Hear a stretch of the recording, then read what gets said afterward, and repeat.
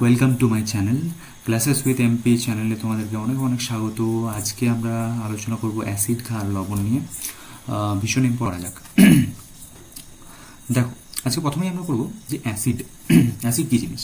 Acid তোমরা অনেকে নাম শুনে থাকবে, HCl, H2SO4, HNO3, হ্যানোথানো অ্যাসিড, অ্যাপেলে ম্যালিক অ্যাসিড আছে, পাতিলেবুতে যেটা খাও তোমরা ভাতে দিয়ে, তাতে সাইট্রিক অ্যাসিড আছে, এই সেই অনেক অ্যাসিড শুনেছো। But what is acid? অ্যাসিডেন ঘটিত যে সমস্ত গ্যাস, হাইড্রোজেন ঘটিত যে সমস্ত যৌগ জলীয় দ্রবণে দ্রবীভূত হয়ে গিয়ে কি করে H+ আয়ন দেয় বা H3O+ আয়ন দেয়। ঠিক আছে, H3O+ আয়ন বা H+ আয়ন দেয়, তাদেরকে আমরা অ্যাসিড বলবো। তাহলে হাইড্রোজেন গঠিত প্রথমত কী হতে হবে? তাকে হাইড্রোজেন গঠিত যৌগ হতে হবে। এবার হাইড্রোজেন গঠিত যৌগ হলেই যে সেটা অ্যাসিড হবে তা কিন্তু নয়। কারণ হাইড্রোজেন গঠিত যৌগ যদি হয়, তার হওয়ার সাথে সাথে তাকে কি করতে হবে, তার যে জলীয় দ্রবণ, সেই জলীয় দ্রবণে তাকে কিন্তু H+ আয়ন দিতে হবে বা H3O+ আয়ন দিতে হবে, তখন তাকে আমরা অ্যাসিড বলবো। এবার অ্যাসিডের কী কী আমরা অনেক রকমের অ্যাসিড জানি। যেমন প্রথমে আমরা বললাম যে তোমরা জানোই অলরেডি যে hydrochloric acid, right, HCl acid, H2SO4 acid, HNO3 acid, এগুলো হচ্ছে কি, এগুলো হচ্ছে স্ট্রং অ্যাসিড, তীব্র অ্যাসিড। তীব্র অ্যাসিড কী জন্য বলা হয়? তীব্র অ্যাসিড এই জন্য বলা হয় কারণ এরা যখন জলীয় দ্রবণে দ্রবীভূত হয় তখন এরা কী হয়, প্রচুর পরিমাণে H+ আয়ন দেয়, অনেক বেশি পরিমাণে H+ আয়ন প্রডিউস করে বা H3O+ আয়ন প্রডিউস করে। কিন্তু কিছু মৃদু অ্যাসিড আছে যারা কী করে, জলীয় দ্রবণে ততটা H+ আয়ন বা H3O+ আয়ন প্রডিউস করে না, সেগুলোকে আমরা উইক অ্যাসিড বলবো। তো আমরা উইক অ্যাসিডগুলো উদাহরণ দেখে নাও, CH3COOH, ঠিক আছে, CH3COOH, এটাকে বলা হয় অ্যাসিডিক অ্যাসিড, ভিনিগারে পাওয়া যায় যেটা। এবং তারপর তুমি দেখতে পাচ্ছ carbonic acid, H2CO3 carbonic acid, আর H2S মানে হচ্ছে সালফার, হাইড্রোজেন সালফাইড। ঠিক আছে, এগুলো হচ্ছে কি মৃদু অ্যাসিডের উদাহরণ। স্ট্রং অ্যাসিড তো বললাম, hydrochloric acid, strong acid HNO3, H2SO4, HNO3, এই অ্যাসিডগুলো হচ্ছে ভীষণই রকমের স্ট্রং অ্যাসিড। তোমাদের পরীক্ষাতে মেনলি দেখো এই যে অ্যাসিডগুলো আছে, এই অ্যাসিডগুলোর সম্বন্ধে ভালো করে পড়তে হবে। HCl এর অ্যাসিডের রাসায়নিক ধর্ম কী, H2SO4 এর অ্যাসিডের রাসায়নিক ধর্ম কী, HNO3 এর রাসায়নিক ধর্ম কী, সেগুলো আমরা আগে পড়ব। ঠিক আছে, এরপর আমরা যেটা করবো সেটা হচ্ছে বেস। অ্যাসিডের পর আমরা বেস পড়ব। বেস মানে কিন্তু ক্ষারক। ঠিক আছে, ক্ষারকটা কি জিনিস? ক্ষারকটা হচ্ছে এমন একটা রাসায়নিক পদার্থ যেটা অ্যাসিডের সাথে যখন বিক্রিয়া করে, মানে যদি আমি ক্ষারকের সাথে অ্যাসিডের বিক্রিয়া করাই, এই ক্ষারক মানে হচ্ছে ইংরেজি থেকে বেস বলে। তাহলে বেসের সাথে অ্যাসিডের সাথে যদি বিক্রিয়া করায় তাহলে কী হবে, সবসময় আমি কী পাবো, লবণ প্লাস জল পাবো। ঠিক আছে, অলওয়েজ লবণ তৈরি হবে আর জল তৈরি হবে। যেমন এখানে একটা ক্ষারকের উদাহরণ যদি আমি দিই, NaOH, এটা একটা ক্ষারক। অ্যাসিডের উদাহরণ দিলাম HCl, তাহলে এই দুটো মিলে গিয়ে কী হবে, NaCl তৈরি হবে আর জল তৈরি হবে। এই NaClটা হচ্ছে কি, সাধারণ লবণের সঙ্গে, তা দেখতে পাচ্ছ লবণ প্লাস জল তৈরি হচ্ছে। ঠিক আছে, অলওয়েজ যখনই আমি ক্ষারকের সাথে অ্যাসিডের রিয়াকশন করাবো, তখনই আমার ক্রিয়েট হবে লবণ, তো মাস্ট হবেই, তার সাথে কি হবে, জল। লবণ প্লাস জল, ক্ষারক প্লাস অ্যাসিড ইকুয়াল টু লবণ প্লাস জল উৎপন্ন হবে। ঠিক, তাহলে ক্ষারক কাকে বলছি? যে অ্যাসিডের সাথে যেগুলো রিয়াকশন করে লবণ এবং জল তৈরি করছে, তাদেরকে আমরা ক্ষারক বলছি। তাহলে ক্ষারক যে জিনিসটা, এবারে আমরা জানি যে ক্ষারক যেটা, সেটা কিছু ক্ষারক এমন আছে যারা জলে দ্রবীভূত হয়। ঠিক আছে, এবং দ্রবীভূত হয়ে OH- আয়ন দেয়। দেখো, কিছু ক্ষারক আছে যারা জলে দ্রবণীয় হয়, মানে দ্রবীভূত হয়ে যায় এবং OH আয়ন প্রদান করে, তাদেরকে আমরা কি বলি, অ্যালকালি বলবো বা ক্ষার বলবো। তাহলে এমন কিছু ক্ষারক আছে যারা জলে দ্রবীভূত হয়, দ্রবণীয় হয় এবং তাতে OH- আয়ন দেয়, তাদেরকে আমরা কি বলবো, ক্ষার বলবো। বোঝা গেল? তাহলে আমরা এটুকু বুঝতে পারছি যে সমস্ত ক্ষারই তাহলে কি হবে, সমস্ত ক্ষারই হবে কি, ক্ষারক। কারণ এটা ক্ষারকেরই একটা অংশ, তাই তো, ক্ষারকেরই একটা পার্ট। কিন্তু এমন কিছু পদার্থ আছে যেগুলো জলে দ্রবণীয় নয়। ঠিক আছে, তো সেগুলোকে আমরা কি করব, সেগুলো জলে দ্রবণীয় নয়, সেগুলোকে তো আমরা ক্ষার বলবো না। ঠিক আছে, তাহলে এই বেস হচ্ছে দু রকমের, একটা হচ্ছে জলে দ্রবীভূত হয় যেটা, আর একটা হচ্ছে জলে দ্রবীভূত যেটা হয় না সেরকম টাইপের। তারাও কিন্তু জলে দ্রবীভূত যেগুলো হচ্ছে না, দ্রবণীয় হচ্ছে না, তারাও কিন্তু ক্ষারক। জলে দ্রবীভূত হয়ে OH আয়ন প্রদান করছে, তারাও একটা টাইপের ক্ষারক, কিন্তু তাদের স্পেশাল নাম আছে, তাদেরকে আমরা কি বলছি, ক্ষার বলছি। তাহলে সমস্ত ক্ষারই আমার ক্ষারক, কিন্তু সমস্ত ক্ষারকই কিন্তু ক্ষার নয়, কারণ কিছু ক্ষারক এমনও আছে যারা জলে দ্রবীভূত নয়, আর যারা জলে দ্রবীভূত নয় তাদেরকে আমরা ক্ষার বলতে পারি না। তাহলে আমরা বুঝতে পারছি যে সমস্ত ক্ষারক কিন্তু ক্ষার নয়, কিন্তু সব ক্ষারই কিন্তু ক্ষারক। এইটা পরীক্ষাতে তোমাদের জন্য ভীষণভাবে ইম্পর্টেন্ট। হ্যাঁ, তাহলে দেখো, এই যে ক্ষারের এক্সাম্পল কি, NaOH, sodium hydroxide, CaOH2, calcium hydroxide. তারপর যদি বলো NH4 অ্যামোনিয়াম হাইড্রোক্সাইড, ঠিক আছে, অ্যামোনিয়াম হাইড্রোক্সাইড। এগুলো হচ্ছে কি, এগুলো হচ্ছে ক্ষারের উদাহরণ, ঠিক। আর জলে দ্রবণীয় নয় এমন কিছু ক্ষারকের উদাহরণ যদি দিতে পারো তখন তোমরা কি বলবে, zinc hydroxide, zinc hydroxide, copper oxide, zinc hydroxide আর কোপার অক্সাইড। দেখো জিঙ্ক হাইড্রোক্সাইড, হ্যাঁ অবশ্যই এগুলো এগুলো কি হচ্ছে, যেমন হচ্ছে জিঙ্ক হাইড্রোক্সাইড এবং কপার অক্সাইড, এগুলো হচ্ছে আমার জলে দ্রবণীয় নয়, ঠিক আছে, জলে দ্রবণীয় নয়। অ্যামোনিয়া কিন্তু জলে প্রচণ্ড দ্রবণীয়, জলে দ্রবীভূত হয় অ্যামোনিয়া, ঠিক আছে। তো অ্যামোনিয়া, তাহলে আমি অ্যামোনিয়াকে কি বলবো, জলে দ্রবীভূত হয়। এইটা অ্যামোনিয়া একটা এমন ক্ষারক জলে দ্রবীভূত হয় এবং সে কি করে, পরে OH- প্রডিউস করে, তাহলে একে আমরা কি বলতে পারি, ক্ষার বলতে পারি। অ্যামোনিয়া হচ্ছে এমন একটা গ্যাস, ঠিক আছে, অ্যামোনিয়া হচ্ছে, দেখো অ্যামোনিয়ার সাথে যদি আমি HCl গ্যাসের রিয়াকশন করাই, ঠিক আছে, তখন কি প্রডিউস হবে, গ্যাস এবং গ্যাস দুটো গ্যাসীয় পদার্থ যুক্ত হয়ে একটা কঠিন পদার্থ তৈরি হবে, NH4Cl, অ্যামোনিয়াম ক্লোরাইড, ঠিক আছে, অ্যামোনিয়াম ক্লোরাইড। তাহলে এখানে দেখতে পাচ্ছ যে এখানে অ্যামোনিয়াম ক্লোরাইড তৈরি হলো, ঠিক আছে।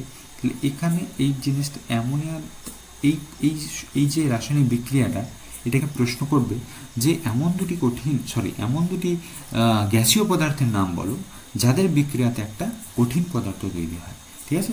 এটা হচ্ছে সলিড, ওই জন্য S লিখে দিয়েছি, ঠিক আছে। আচ্ছা, নেক্সট দেখো আমরা যেটা পড়বো এখানে, আচ্ছা এখানে দেখো এই যে এই পয়েন্টটা মেনশন করা আছে এখানে। এবারে যেমন ক্ষার আমরা পড়েছিলাম যেগুলো দ্রবীভূত হচ্ছে, OH- আয়ন দিচ্ছে, তো সেরকম অ্যাসিডেও যেভাবে পড়েছিলাম যে অ্যাসিড দু রকমের হচ্ছে, একটা তীব্র অ্যাসিড, একটা মৃদু অ্যাসিড। এখানেও ঠিক তীব্র ক্ষার, মৃদু ক্ষার আছে, ঠিক আছে, তীব্র ক্ষার, মৃদু ক্ষার। তীব্র ক্ষার কোনগুলো হবে, যেগুলো বেশি বেশি জলে দ্রবীভূত হয়ে বেশি বেশি OH- আয়ন দেবে, সেগুলো হচ্ছে তীব্র ক্ষার। যেমন হচ্ছে NaOH, ভীষণ তীব্র, পটাশিয়াম হাইড্রোক্সাইড, ক্যালসিয়াম হাইড্রোক্সাইড। আর মৃদু ক্ষার কোনগুলো, অ্যামোনিয়াম হাইড্রোক্সাইড, ফেরিক অক্সাইড, ঠিক আছে, এগুলো হচ্ছে কি মৃদু ক্ষার। এই উদাহরণগুলো মনে রাখতে হবে। তোমাদের এগুলো হতে পারে যে তোমাদের সংকেত নিয়ে হয়তো প্রবলেম হচ্ছে, ঠিক আছে, সংকেত আমি কিভাবে লিখবো, ফেরিক অক্সাইডের সংকেত কি হবে, অ্যামোনিয়াম অক্সাইডের সংকেত কি হবে, অ্যামোনিয়াম হাইড্রোক্সাইডের সংকেত কি হবে, ক্যালসিয়াম হাইড্রোক্সাইডের সংকেত কি হবে, এগুলো নিয়ে হয়তো তোমাদের মনে কোথাও না কোথাও প্রবলেম আছে। সেগুলো যদি থাকে আমাকে জানিয়ে আমি একটা সেপারেট ভিডিও আমি বানাবো, যাতে করে তোমাদের বুঝতে সুবিধা হবে। যে কোনো তখন তোমরা কি আর যে কোনো যদি ওয়ার্ডে লেখা থাকে সেখান থেকে তুমি তার ফর্মুলা কিভাবে লিখবে সেটা তুমি বুঝতে পারবে, বা যদি ফর্মুলা যদি লেখা থাকে সেটা থেকে তুমি বুঝতে পারবে সেটার নাম কি, কিভাবে তার নাম হবে সেটাও তোমরা বুঝে যাবে। তো এটা ভীষণ ইজি ব্যাপার। তো আজকে ওটা নিয়ে আলোচনা এখন করছি না, ভিডিওটা বড় হয়ে যাবে। আজকে এখন যেটা আলোচনা করছি এইটাই শুধুমাত্র আমরা আলোচনা করব, বাকি ওটা পরে আলোচনা করা হবে। এবার দেখো এখানে কি বলেছে, এই দেখো NH3 বললাম না, NH3 হচ্ছে কি জলে কিন্তু দ্রাব্য, ঠিক আছে, এটা OH আয়ন দেয় তার জলীয় দ্রবণে। তো এটা হচ্ছে একটা অ্যালকালি, ঠিক আছে, অ্যালকালি মানেই হচ্ছে কি ক্ষার, ঠিক আছে। এটা একটা অবশ্যই একটা কি উইক বেস, এটা কিন্তু তীব্র ক্ষার নয়, এটা উইক বেস। আচ্ছা দেখো এরপরে কি হয়, আমরা কোনো একটা ধরো তোমাকে একটা টেস্ট টিউব বা বিকারে এরকম করে এখানে একটা কোনো তরল পদার্থ দিয়ে দিল, বললো যে এটাকে চেক করে বলো এটা কি অ্যাসিড, হ্যাঁ অ্যাসিড কি বেস, তুমি কি করে বুঝবে অ্যাসিড কি বেস, তুমি কি করে বুঝবে?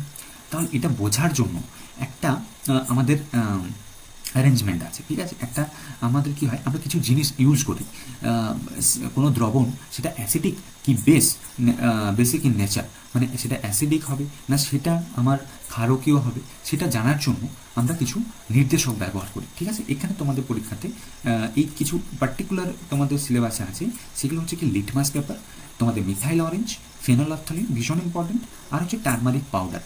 এইগুলো হচ্ছে আমাদের কি হয়, এইগুলো আমাদের পরীক্ষায় এইগুলোর থেকেই আসবে। এই চারটে নির্দেশক আমাদের জানতে হবে। এই নির্দেশকগুলো কি করে, এই নির্দেশকগুলো হেল্প করে আমাদেরকে জানতে যে কোনো একটা দ্রবণ আছে, সেই দ্রবণটা কি ধরনের দ্রবণ, সেটা আম্লিক দ্রবণ না ক্ষারকীয় দ্রবণ। আমাদেরকে জানতে হবে যে লিটমাস যখন হয়, লিটমাস যদি আমি ক্ষারকের মধ্যে রাখি তাহলে সেটা কি হয়ে যাবে, নীল হয়ে যাবে। এবং অ্যাসিড হচ্ছে ডেঞ্জার, ঠিক আছে, তো অ্যাসিডে কি হয়ে যাবে, লিটমাস অলওয়েজ লাল হয়ে যাবে, ঠিক আছে। মিথাইল অরেঞ্জ, সেও লাল হয়ে যাবে। এই দুটো মনে রাখবে। তাহলে লিটমাস, মিথাইল অরেঞ্জ, তারপরে ফেনোলফথলিন পরপর মনে রাখবে, ঠিক আছে। লিটমাস কি হয়ে যাবে, অ্যাসিডে লাল হয়ে যাবে। মিথাইল অরেঞ্জ লাল হয়ে যাবে। ফেনোলফথলিনের নিজস্ব কোনো কালার নেই, এ নিজে কিন্তু বর্ণহীন, ঠিক আছে। কিন্তু একে যখন আমরা বেসের মধ্যে রাখবো, ক্ষারকের মধ্যে দেবো, ক্ষারক মানে ধরে নাও এখানে NaOH, NaOH এর একটা সলিউশন আছে, তাতে আমি ফেনোলফথলিন দিলাম, ঠিক আছে। এই যেখানে এখানে ধরে নাও এখানে আছে কি NaOH নিয়েছি আমি, ঠিক আছে। এতে কি আছে, NaOH আছে। তো এতে কি হচ্ছে, এতে যদি আমি কি দিই, এতে যদি ফেনোলফথলিন দিই, আমি ফেনোলফথলিন দিই, তখন এই যে এটার কালার তো ছিল না, এটা রেড কালার এখানে দেখাচ্ছি, এটা আলাদা ব্যাপার। বাট এটা কি হবে, এই যে এটা বর্ণহীন যখন তার কালার থাকবে, সেই কালারটা কি হয়ে যাবে, সেই কালারটা হয়ে যাবে তোমার গোলাপি, ঠিক আছে। গোলাপি কালারে হয়ে যাবে। এবং সেটা যদি অ্যাসিডে দিই, অ্যাসিডে দিলে কিন্তু সে বর্ণহীনই থাকবে, বুঝেছো। অবশ্যই। এরপরে হচ্ছে টারমারিক পাউডার। টারমারিক পাউডার কি হয়, এমনিতে তো হলুদ, ঠিক আছে। টারমারিক পাউডার মানে হচ্ছে হলুদ গুঁড়ো। এবারে সেটা হলুদ কালারের বাই নেচার, তাহলে যখন সেটা ক্ষারকে দেবো সে কি হবে, রেড হয়ে যাবে, লাল হয়ে যাবে। আর যখনই আমার অ্যাসিডে দেবো সে হলুদ হয়ে যাবে। তাহলে এটা তুমি মনে রাখতে পারো TRY, ট্রাই। ট্রাই মানে কি, টারমারিক পাউডার যদি আমি বেসে দিই রেড হবে, যদি আমি অ্যাসিডে দিই ইয়েলো হবে, ঠিক আছে। মিথাইল অরেঞ্জ, দেখো মিথাইল অরেঞ্জের ক্ষেত্রে কী হবে, মিথাইল অরেঞ্জে বললাম যে হলুদ হবে, লাল হবে। তো বেশিরভাগটা দেখতে পাচ্ছ এখানে লিটমাস আর মিথাইল অরেঞ্জ দুটো লাল হবে অ্যাসিডে, ফেনোলফথলিনে কোনো রকম চেঞ্জ হবে না অ্যাসিডে, আর টারমারিক পাউডারে হলুদ হয়ে যাবে।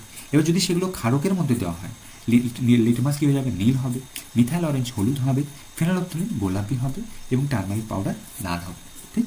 আচ্ছা, তাহলে আমরা বুঝতে পারবো কোনো একটা সলিউশন যখনই নিলাম, ধরে নাও এখানে একটা সলিউশন নিয়েছি, এটাতে HCl আছে, তো HCl আছে, এখানে কি করলাম আমি, এখানে লিটমাস দিলাম, নীল লিটমাসটা কি হবে, সাথে সাথে লাল হয়ে যাবে। তখন আমরা বুঝতে পারবো যে এখানে যে দ্রবণটা আছে সেটা অ্যাসিডিক প্রকৃতির, ঠিক। আচ্ছা, এরপরে আমরা বলেছিলাম তোমাদেরকে মেনলি যেটা পড়তে হবে, এখানে তোমাদের মেন তিনটে অ্যাসিড আছে। একটা হচ্ছে কি H2SO4, একটা HCl, H2SO4 মানে সালফিউরিক অ্যাসিড, HCl মানে হাইড্রোক্লোরিক অ্যাসিড, HNO3 মানে নাইট্রিক অ্যাসিড। এই তিনটের ব্যবহার থেকে শর্ট কোশ্চেন আসে, ঠিক আছে। প্রথমে দেখো সালফিউরিক অ্যাসিড যেটা, সেটা হচ্ছে এক্সপ্লোসিভ, মানে বিস্ফোরক পদার্থ তৈরিতে ইউজ হয়। HNO3 সেটাও বিস্ফোরক তৈরিতে ইউজ হয়। সালফিউরিক অ্যাসিড সার তৈরিতে, রাসায়নিক সার তৈরিতে ইউজ হয়। HNO3 সেটাও রাসায়নিক সার তৈরিতে ইউজ হয়, ঠিক আছে। এবার দেখো H2SO4 থেকে একটা জিনিস মাথায় রাখবে, এই H2SO4 থেকে এই দুটো গ্যাস তৈরি করা যায়, HCl গ্যাসও তৈরি করতে এবং HNO3 গ্যাস তৈরি করতে এই H2SO4 গ্যাসটা কি হয়, কাজে লাগে, ঠিক আছে। আচ্ছা, H2SO4টা আর কি কাজে লাগে, পেট্রোলিয়াম পরিশোধনে কাজে লাগে, ধাতু নিষ্কাশনে কাজে লাগে, ধাতু নিষ্কাশন এবং বিশুদ্ধিকরণ। মেটাল তো আমাদের একদম পিওর ফর্মে পাওয়া যায় না, তাতে অনেক অশুদ্ধি মিশে থাকে, সে তার যে আকরিক হিসেবে তাকে পাওয়া যায়, তাকে সেখান থেকে ধাতুটাকে নিষ্কাশন করতে হয়। সেই মেথড, সেই যে সেই প্রসেসে আমাদের কি হয়, H2SO4 আমাদেরকে ইউজ করতে হয়, ঠিক আছে। তো ধাতু নিষ্কাশন এবং ধাতু বিশুদ্ধকরণের কাজে আমাদের লাগে কোনটা, H2SO4। ব্যাস। এবার HCl দেখো, HCl তুমি মনে রাখবে, এটা মেডিসিন তৈরিতে কাজে লাগে। এটা মেটালের ক্লোরাইড ধরে নাও, যেমন হচ্ছে কি FeCl2, FeCl3, এগুলো তৈরিতে কাজে লাগে। তাহলে মেটালের কি হচ্ছে, ক্লোরাইড, ঠিক আছে। মেটালের ক্লোরাইড তৈরিতে কাজে লাগে, কালার ইন্ডাস্ট্রিতে কাজে লাগে। আবার যখন আমরা গ্লুকোজ তৈরি করি, স্টার্চ থেকে গ্লুকোজ তৈরি করার সময় তো HCl কাজে লাগে। এরপর দেখো HNO3, একটা যেমন বললাম দুটো কমন আছে H2SO4 এর সাথে, এটাও এক্সপ্লোসিভ তৈরিতে কাজে লাগে, এটাও এক্সপ্লোসিভ তৈরি মানে বিস্ফোরক দ্রব্য বোমা তৈরি করতে কাজে লাগে। এগুলো হচ্ছে কি সার তৈরিতে, রাসায়নিক সার তৈরিতে কাজে লাগে। এটাও দেখো রং শিল্পে কাজে লাগে। আর একটা হচ্ছে কি ব্যাটারি তৈরিতে ইউজ হয় HNO3। এরপরে যেটা সব থেকে ইম্পর্টেন্ট, ঠিক আছে, সেটা হচ্ছে তোমাদের রাসায়নিক বিক্রিয়া বা রাসায়নিক ধর্ম। হ্যাঁ, আমাদের তিনটে গ্যাস একে একে করে পড়বো। আজ প্রথমে আমরা পড়বো H2SO4 সম্বন্ধে, ঠিক আছে। H2SO4 এর রাসায়নিক ধর্ম কেমন, chemical properties of H2SO4। H2SO4 এর নাম কি বলেছিলাম, এটাকে কি বলা হয়, সালফিউরিক অ্যাসিড। যখন H2SO4 কি হয়, বিয়োজিত হয়ে যায়, তখন কি হয়, H+ আয়ন তৈরি করে, সালফেট মাইনাস আয়ন তৈরি করে, এখানে দুটো H+ হবে। তো যেহেতু দুটো H+, এই যে অ্যাসিডটা বিয়োজিত হয়ে দুটো H+ তৈরি করছে, সেই জন্য একে কি বলা হচ্ছে, দ্বিক্ষারীয় অ্যাসিড, ঠিক আছে। আর এটাকে এমনিতে ওয়েল অফ ভিট্রিয়াল নামেও পরিচিত। H2SO4 যে গ্যাসটা, অ্যাসিডটা, সেই অ্যাসিডটা ওয়েল অফ ভিট্রিয়াল নামেও পরিচিত। এটা কি বলা হয়, well of vitriol. Short question হয়তো আসবে যে ওয়েল অফ ভিট্রিয়াল কোন অ্যাসিডকে বলা হয়। রাসায়নিক বিক্রিয়াতে আমাদের প্রথমে কি করতে হবে, দেখো কিছু বেসিক জিনিস একদম মনে রাখতে হবে। এতগুলো রিয়াকশন আছে, ভেবে মাথা খারাপ করলে চলবে না। এখানে রিয়াকশন একদম প্রত্যেকটার সাথে, প্রত্যেকটা অ্যাসিডের যখন রাসায়নিক ধর্ম পড়বে, প্রথমেই তুমি পড়বে কি অ্যাসিডের সাথে ক্ষারের বিক্রিয়া পড়বে, ঠিক আছে। রাসায়নিক বিক্রিয়া হবে, অ্যাসিডের রাসায়নিক ধর্ম যখন দেখতে চাইছি, আমাকে দেখতে হবে যে সেই অ্যাসিডটা বিভিন্ন রকম রাসায়নিক পদার্থের সাথে রিয়্যাক্ট কেমনভাবে করছে বা রিয়্যাক্ট করে কী কী তৈরি করছে, এটাই মেন জানা। তাহলে যখন রাসায়নিক ধর্ম আমি দেখবো, তখন আমরা কি দেখবো, দেখো অ্যাসিডের সাথে কিসের রিয়াকশন করাবো, ক্ষারের বিক্রিয়া করাবো, এক নম্বর জিনিস এটা মাথায় রাখতে হবে, ক্ষারের বিক্রিয়া করবো। তারপরে হচ্ছে অ্যাসিডের সাথে ধাতুর বিক্রিয়া করবো, কেমন হয়। 3 নম্বর হচ্ছে কীরকম, 3 নম্বর দেখো ধাতুর মধ্যেই, এবার তুমি এখানে তোমাদের সিলেবাসে যেটা আছে, জিঙ্কের সাথে রিয়াকশন আছে, ম্যাগনেসিয়াম, জিঙ্ক ও ধাতু, ম্যাগনেসিয়াম ও ধাতু, আর হচ্ছে কি কপার, কপার ধাতু, এই তিনটে তোমাদের সিলেবাসে আছে। তো এই তিনটেই জাস্ট ভালো করে পড়তে হবে, ঠিক আছে, যে এই তিনটে ধাতু H2SO4 এর সাথে কেমনভাবে রিয়াকশন করছে বা রিয়াকশন করে কী কী যৌগ তৈরি করছে, ঠিক আছে, এগুলো মনে রাখতে হবে। তো এগুলোই আজকে আমরা পড়বো, আজকে এটুকুই আমরা ভালো করে আমরা দেখবো, ঠিক আছে। দেখো এখানে প্রথমে আমরা রিয়াকশন করাবো কার সাথে, ক্ষারের সাথে। আমরা কি বলেছিলাম, acid plus base is equal to কী হবে, লবণ তৈরি হবে, আর হচ্ছে কি জল তৈরি হবে, ঠিক আছে, মানে সল্ট প্লাস ওয়াটার হবে, ঠিক আছে। তাহলে অ্যাসিড বেস, এখানে কি হতো, ক্ষারের বিক্রিয়া, ক্ষার মানে কি অ্যালকালি, অ্যালকালি মানে হচ্ছে ক্ষার, অ্যালকালিটাও ক্ষারটাও কি একটা টাইপের অফ ক্ষারক, বেস মানে কি ক্ষারক। তাহলে বেসের আন্ডারেই তো যতগুলো ক্ষার আছে সবগুলোই তো বেস, যতগুলো ক্ষার আছে সবগুলোই বেস, তাহলে ক্ষারটা হচ্ছে বেসেরই অংশ। তাহলে ক্ষারের সাথে যদি বিক্রিয়া করায় তাহলে কি হয়, আমার লবণ জল উৎপন্ন হবে। তাহলে অ্যাসিড প্লাস ক্ষার সমান কী হবে, লবণ জল হবে। তাহলে অ্যাসিডের সাথে ক্ষারের যদি রিয়াকশন করায় লবণ তৈরি হবে এবং জল তৈরি হবে। তাহলে দেখো NaOH হচ্ছে আমরা ক্ষারের উদাহরণ বলেছিলাম, NaH এর সাথে NaOH মানে সোডিয়াম হাইড্রোক্সাইড, এটা হচ্ছে কি sodium hydroxide, sodium hydroxide, sodium হাইড্রোক্সাইডের সাথে H2SO4, এটা হচ্ছে ক্ষার, এটা হচ্ছে অ্যাসিড, তাহলে কি হবে, লবণ তৈরি হবে। দেখো এখানে একটা লবণ তৈরি হয়েছে NaHSO4 প্লাস জল। এবার যদি সেটা এখানে কি হয়, সোডিয়াম Na2NaOH থাকে এবং H2SO4 থাকে, তখন তুমি কি করবে, এই একটা হাইড্রোজেন আরও কমিয়ে দেবে, এখানে দুটো Na2 লিখবে, SO4 লিখবে, তখন কি হবে, এটা হবে সোডিয়াম, সোডিয়াম সালফেট, এটা সোডিয়াম বাইসালফেট, এটা কি ছিল, সোডিয়াম বাইসালফেট। তাহলে সোডিয়াম বাইসালফেট প্লাস জল, বা তুমি যে কোনো একটা রিয়াকশন মনে রাখবে, বা সোডিয়াম সালফেট প্লাস জল, ঠিক আছে। এখানে এটা হচ্ছে কি ভীষণ ইম্পর্টেন্ট। তাহলে লবণ জল উৎপন্ন হবে, ঠিক আছে, লবণ জল উৎপন্ন হবে।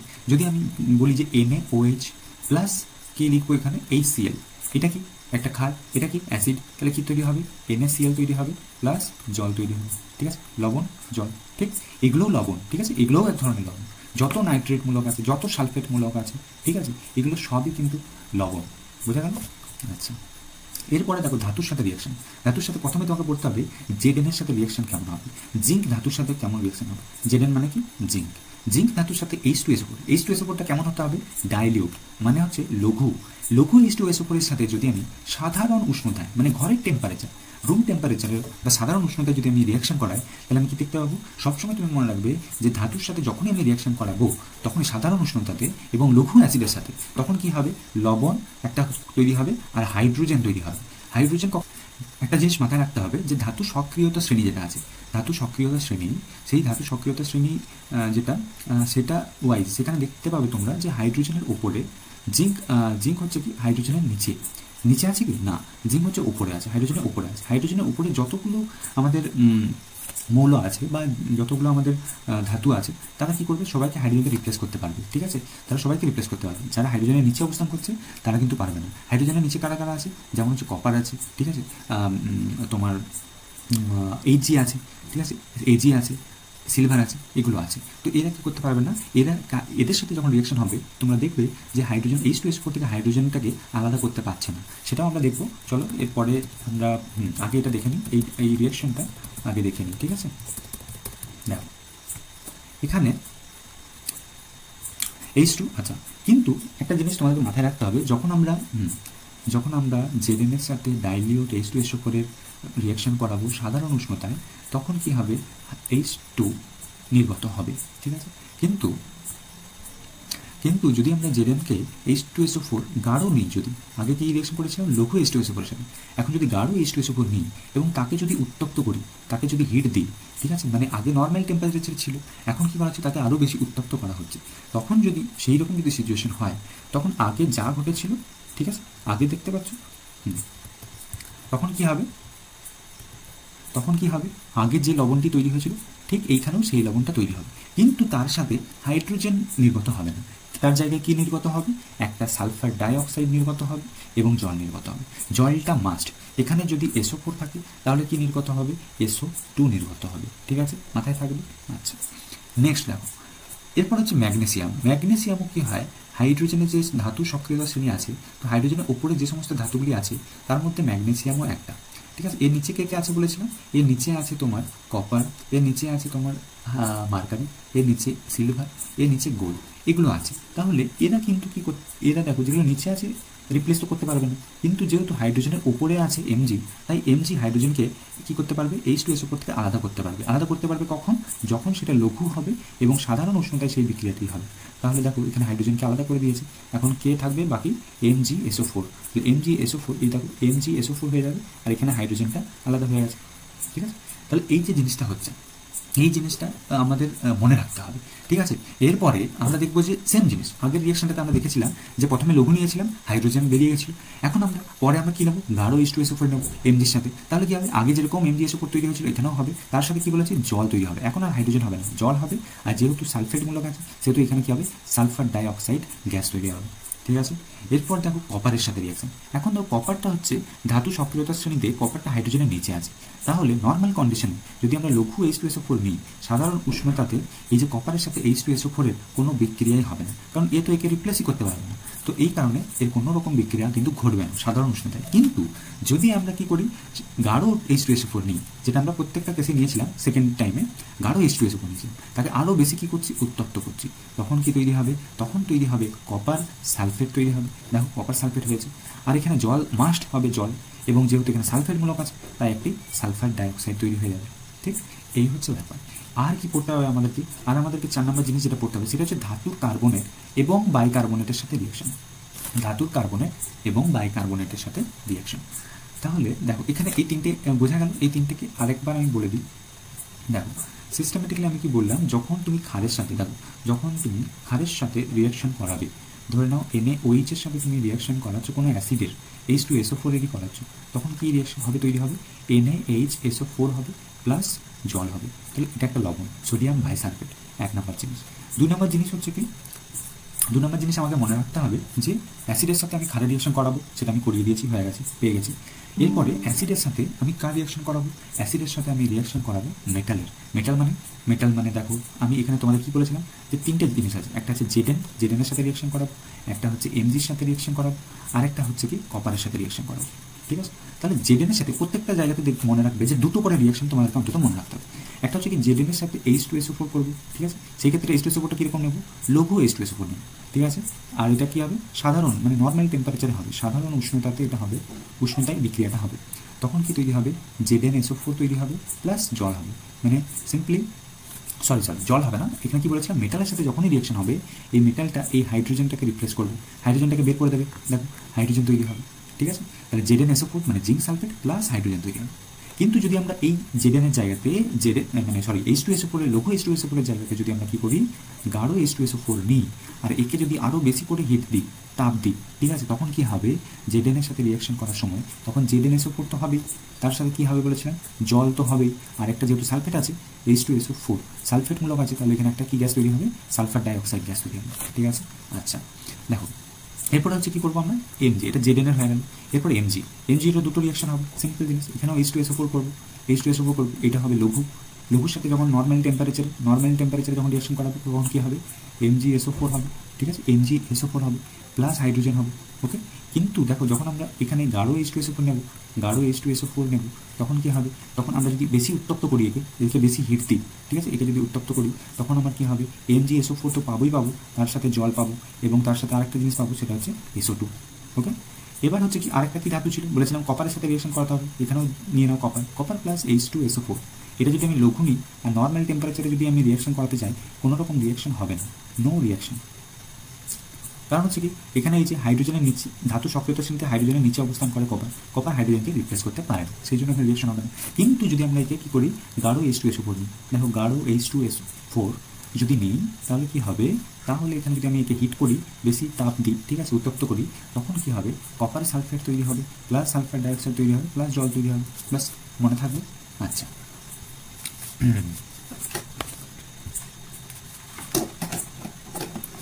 এরপরে আমরা দেখো লাস্ট আরেকটা জিনিস আছে, সেটা হচ্ছে ধাতুর কার্বনেটের সঙ্গে বিক্রিয়া কেমন হবে। ধাতুর কার্বনেটের সঙ্গে বিক্রিয়া দেখো আমরা, হ্যাঁ এইদিকে এখন মন দিও না, এই পার্টটা দেখো, এই ধারের পার্টটা দেখো। দেখো এখানে হচ্ছে ধাতুর কার্বনেট, ধাতুর কার্বনেট মানে দেখো সোডিয়াম তার কার্বনেট, এটা হচ্ছে সোডিয়াম কার্বনেট, ঠিক আছে, এটা হচ্ছে সোডিয়াম বাইকার্বনেট। তাহলে ধাতু কার্বনেটের সাথে যখন রিয়াকশন করবে তখনও একটা লবণ তৈরি হবে, বাইকার্বনেটের সাথে যখন রিয়াকশন করবে তখনও একটা লবণ তৈরি হবে। আর কি তৈরি হবে, দুটো ক্ষেত্রেই কী হবে, কার্বন ডাইঅক্সাইড, লবণ তৈরি হবে, কার্বন ডাইঅক্সাইড তৈরি হবে, জল হবে, কার্বন ডাইঅক্সাইড আর জল এটা মাস্ট হবে। তাহলে ধাতুর কার সাথে, ধাতুর কার্বনেটের সাথে যদি রিয়াকশন করে, এটা দেখো সোডিয়াম কার্বনেটের সাথে রিয়াকশন করেছে, সোডিয়াম সালফেট হয়েছে, সোডিয়াম বাইকার্বনেটের সাথে রিয়াকশন করেছে, সোডিয়াম বাইসালফেট তৈরি হয়েছে, প্লাস কার্বন ডাইঅক্সাইড প্লাস জল। এইগুলোই হচ্ছে মনে রাখতে হবে। এগুলো আমরা H2SO4 আজকে পড়ে নিলাম H2SO4 পর্যন্ত।